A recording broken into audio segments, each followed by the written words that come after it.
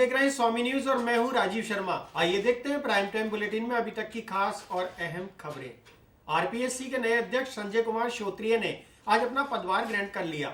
संजय श्रोत्रिय 38वें अध्यक्ष के रूप में नियुक्त हुए हैं। इस अवसर पर आयोग के सभी कर्मचारियों और अधिकारियों ने उन्हें शुभकामनाएं दी। परीक्षाएं होनी है और मैं अभी चूँकि मैंने ज्वाइन ही किया है तो ये सब जानकारी मैं अभी जो अपने पहले जो अध्यक्ष अपने जिनके पास चार्ज था उनसे और बाकी मेंबर्स से अपने स्टाफ से पूरी जानकारी लूँगा कि इसमें इस कैलेंडर में क्या क्या एग्जाम्स इस बार होने।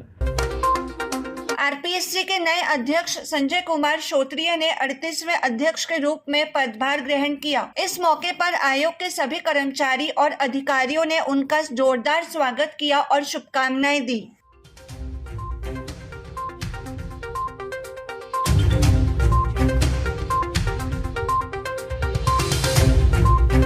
मैं एक चैलेंज के रूप में देखता हूँ इसको। हाँ, बहुत सारा जो कैलेंडर है उसके हिसाब से बहुत सारी परीक्षाएं होनी है और मैं अभी चूँकि मैंने ज्वाइन ही किया है तो ये सब जानकारी मैं अभी जो अपने पहले जो अध्यक्ष अपने जिनके पास चार्ज था उनसे और बाकी मेंबर्स से अपने स्टाफ से पूरी जानकारी लूँगा कि इसमें इस कैलेंडर में क्या क्या एग्ज़ाम्स इस बार होने और उससे रिलेटेड क्या इश्यूज़ हैं। हाँ, ये मैंने भी इसमें देखा है, मीडिया में भी है और मेरे नॉलेज में है। उस बारे में भी मैं प्रायोरिटी से एक बार देखने की कोशिश करूँगा कि क्या तो इशू है और उसमें क्या होना चाहिए। क्योंकि ये बात भी सही है कि एक जैसे यूपीएससी का एक कैलेंडर होता है, हर मतलब उसमें जो आदमी वास्तव में सिंसियरली जो परीक्षा देना चाहता है वो ये चाहता है कि अननेसेसरी डिले नहीं हो। क्योंकि हम भी इसी फेज़ से गुजरे हैं, आप सभी गुजरे होंगे इसी फेज़ से। तो जो आदमी सिंसियर है वो चाहता है कि भाई समय पे एग्ज़ाम हो। तो एक बार इसको एनालाइज़ करना पड़ेगा कि क्या वास्तव में कोई इशू है या कोई और किसी कारण से कोई इसको इशू बनाया जा रहा है। तो ये हमारी प्राथमिकता रहेगी, लेकिन प्राथमिकता सबसे ज़्यादा ये कि हम एग्ज़ाम को टाइमली कंडक्ट। राजस्थान आंगनबाड़ी कर्मचारी महासंघ के प्रदेश नेतृत्व के आह्वान पर कर्मचारियों ने अपनी 9 सूत्रीय मांगों को लेकर प्रत्येक जिले में विरोध जताते हुए प्रदर्शन किया।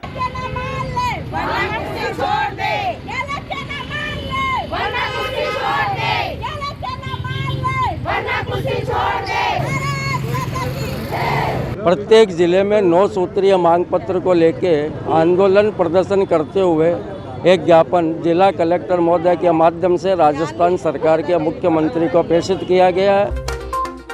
सरकारी कर्मचारी की मान्यता और 18,000 की मानदेय सहित अपनी 9 सूत्रीय मांगों को लेकर राजस्थान आंगनबाड़ी कर्मचारी महासंघ के प्रदेश नेतृत्व के आह्वान पर आज पंजीकृत यूनियन द्वारा प्रत्येक जिले में आंदोलन प्रदर्शन किया गया और जिला कलेक्टर को ज्ञापन सौंपा गया।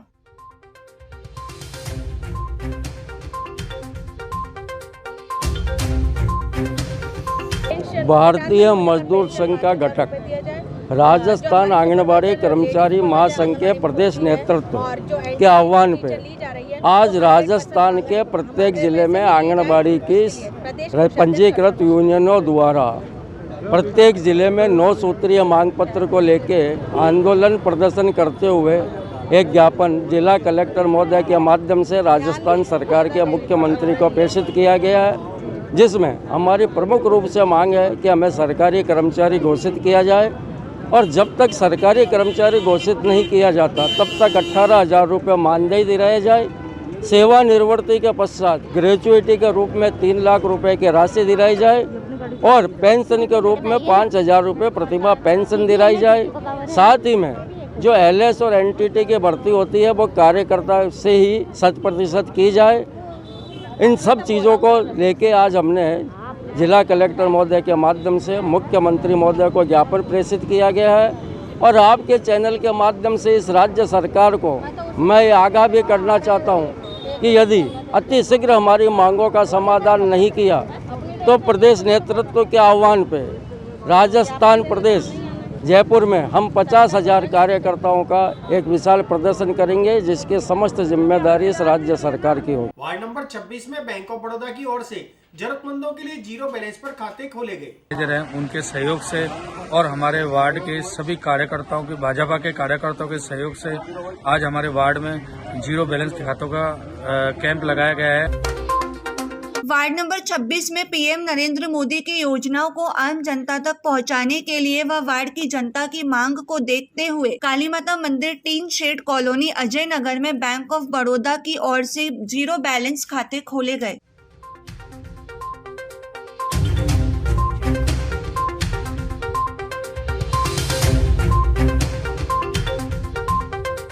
आज माननीय प्रधानमंत्री नरेंद्र भाई मोदी जी के आदेशों से और उनकी योजनाओं का लाभ लेने के लिए जो 0 बैलेंस के खाते खोले जा रहे हैं, उसी के जनता की मांग के तहत हमारे वार्ड नंबर 26 में भी बैंक ऑफ बड़ौदा की ओर से श्रीमान अजय राणा जी हैं जो बैंक मैनेजर हैं, उनके सहयोग से और हमारे वार्ड के सभी कार्यकर्ताओं के भाजपा के कार्यकर्ताओं के सहयोग से आज हमारे वार्ड में 0 बैलेंस के खातों का कैंप लगाया गया है।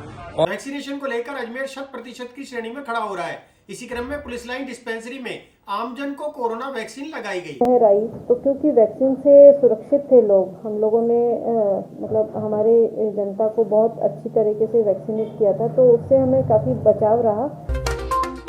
पुलिस लाइन डिस्पेंसरी में आम जन को कोरोना की वैक्सीन लगाई गई, जिसमें 18 से ऊपर आयु वर्ग के सभी लोगों ने टीके लगवाए। इस दौरान वैक्सीनेशन को लेकर लोगों में काफी उत्साह देखने को मिला। डॉक्टर ज्योत्सना रंगा ने बताया कि अजमेर 100% वैक्सीनेशन की श्रेणी में खड़ा हो रहा है।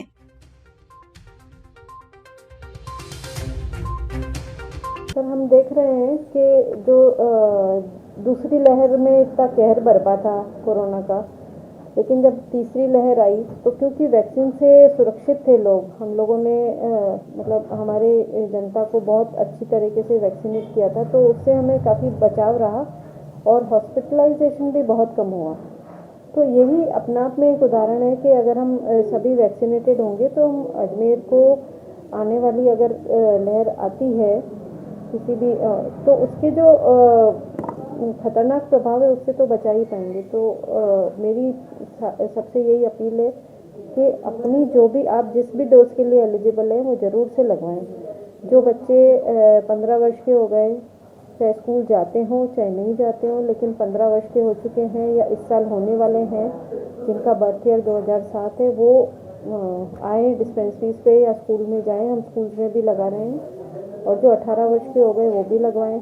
तो जो भी एलिजिबल है, जो भी बेनिफिशियरी एलिजिबल है, वो अपनी जो भी डोज उसकी ड्यू है वो ज़रूर से लगवाए, चाहे तीसरी डोज हो, चाहे दूसरी हो, चाहे पहली। जितना आप वैक्सीनेट करेंगे उतना ही हम अजमेर को सुरक्षित कर पाएंगे। पुलिस लाइन डिस्पेंसरी पे CHA की पोस्ट पर कार्यरत हूँ। इसके अलावा हमने वैक्सीनेशन का कार्य हम कर रहे हैं, कोविड में ट्रेसिंग का भी कार्य कर रहे हैं। फर्स्ट वेव जब आई थी उस टाइम हमारे पास कोई ऑप्शन नहीं था, तो वर्तमान में हमारे पास वैक्सीनेशन और बेहतर स्वास्थ्य सुविधाएं हैं। और अभी भी हमारे पास इसका कोविड का प्रॉपर इलाज वैक्सीन ही है। उसके अलावा 2 गज दूरी और मास्क जरूरी, यही इसका अभी बचाव है। मैं अभी वैक्सीन लगाने आया था, तो मैं युवाओं को ये संदेश देना चाहता हूँ कि वैक्सीन कवच को ना नहीं, क्योंकि वैक्सीन ही अभी एकमात्र इलाज है कोरोना से बचने के लिए।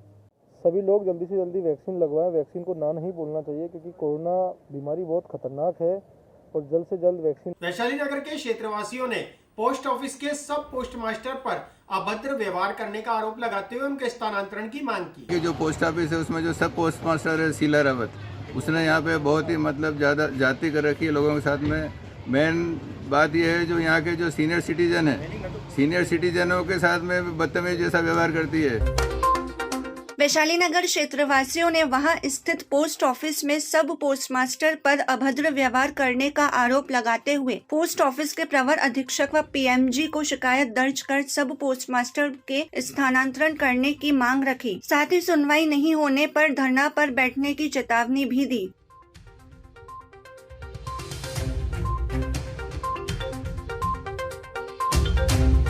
तो हम यहाँ का वैशाली नगर के वासी हैं और वैशाली नगर में रहते हैं। और यहाँ की जो पोस्ट ऑफिस है उसमें जो सब पोस्ट मास्टर है शीला रावत, उसने यहाँ पे बहुत ही मतलब ज़्यादा जाति कर रखी है लोगों के साथ में।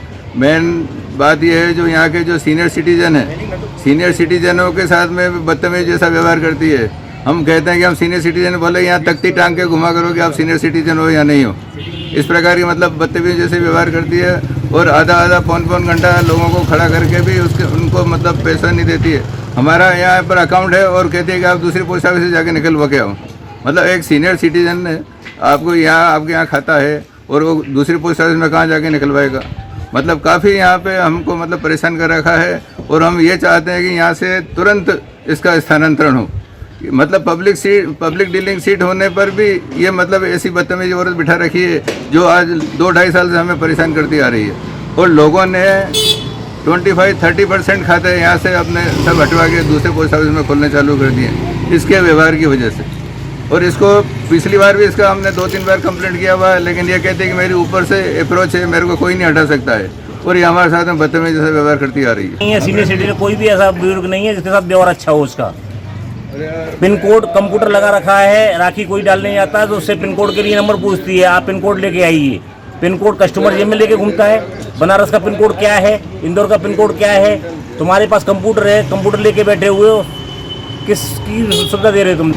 आज कोई भी सीनियर सिटीजन जाता है, आधा घंटा खड़ा रहता है वहाँ पे, उसके बाद भी वो हताश होकर निकल के जाता है। तुम्हारे पोस्ट ऑफिस में पैसा नहीं है, खाता यहाँ खुलवाता है, दूसरे पोस्ट ऑफिस पैसे लेके आकर क्यों पैसे। विप्र सेना के कार्यकर्ता और पदाधिकारियों द्वारा परशुराम सर्किल पर पहुंचकर भगवान परशुराम की प्रतिमा को माल्यार्पण किया गया।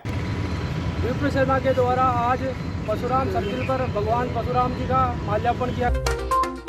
विप्र सेना जिला अध्यक्ष एडवोकेट पंडित किशन शर्मा के द्वारा परशुराम सर्किल पर भगवान परशुराम जी की मूर्ति को माला पहनाकर भगवान परशुराम के आदर्शों को समाज में स्थापित करने का आह्वान किया गया। इस अवसर पर विप्र सेना के राष्ट्रीय अध्यक्ष सुनील तिवारी, राजस्थान युवा ब्रिगेड अध्यक्ष रवि जोशी और अजमेर जिला प्रभारी कुलदीप व्यास को धन्यवाद दिया गया।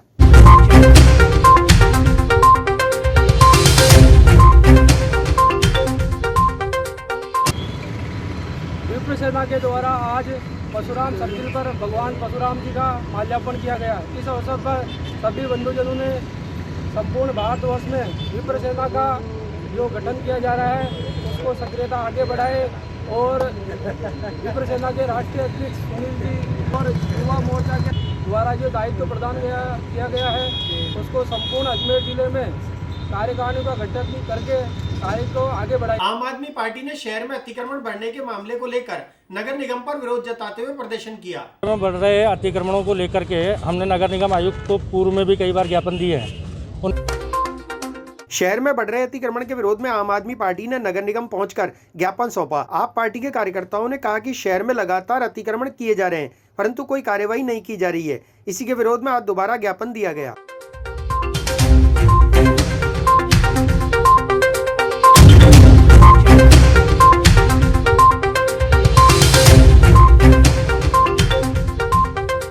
शहर में बढ़ रहे अतिक्रमणों को लेकर के हमने नगर निगम आयुक्त को पूर्व में भी कई बार ज्ञापन दिए हैं। उन ज्ञापनों पर कार्रवाई की मांग को लेकर के हम यहाँ आए थे, जिसमें हमें बताया गया कि इन्होंने एक और होटल पर कार्रवाई की है। इसके अलावा अभी तक किसी और होटल पर या अस्पताल में या किसी पार्किंग समस्या को लेकर कोई कार्रवाई अभी तक इनके द्वारा नहीं की गई है। पूछने पर ये कहते हैं कि ओरा होटल पर इन्होंने कार्रवाई की थी, जिसको कि न्यायालय के आदेश के बाद इन्होंने खोल दिया है। इसके अलावा बाकी कार्रवाई के लिए जब इनसे पूछा गया तो ये केवल विधिक कार्रवाई करने की बात करके अपनी बात को टाल देते हैं। 2 महीने से लगातार हम लोग यहाँ संघर्ष कर रहे हैं, लेकिन अभी तक नगर निगम की तरफ से कोई कार्रवाई हमें संतोषप्रद प्राप्त नहीं हुई है। यदि इसी प्रकार से ये लोग करते रहेंगे तो आम आदमी पार्टी। फिलहाल इस बुलेटिन में इतना ही। मुझे दीजिए इजाजत। हमारे फेसबुक पेज को लाइक करें, शेयर करें, फॉलो करें। इंस्टाग्राम को फॉलो जरूर करें। यूट्यूब चैनल को सब्सक्राइब करें, लाइक करें, शेयर करें। बेल आइकन का बटन दबाना ना भूलें। देखते रहें स्वामी न्यूज। जय हिंद, जय भारत।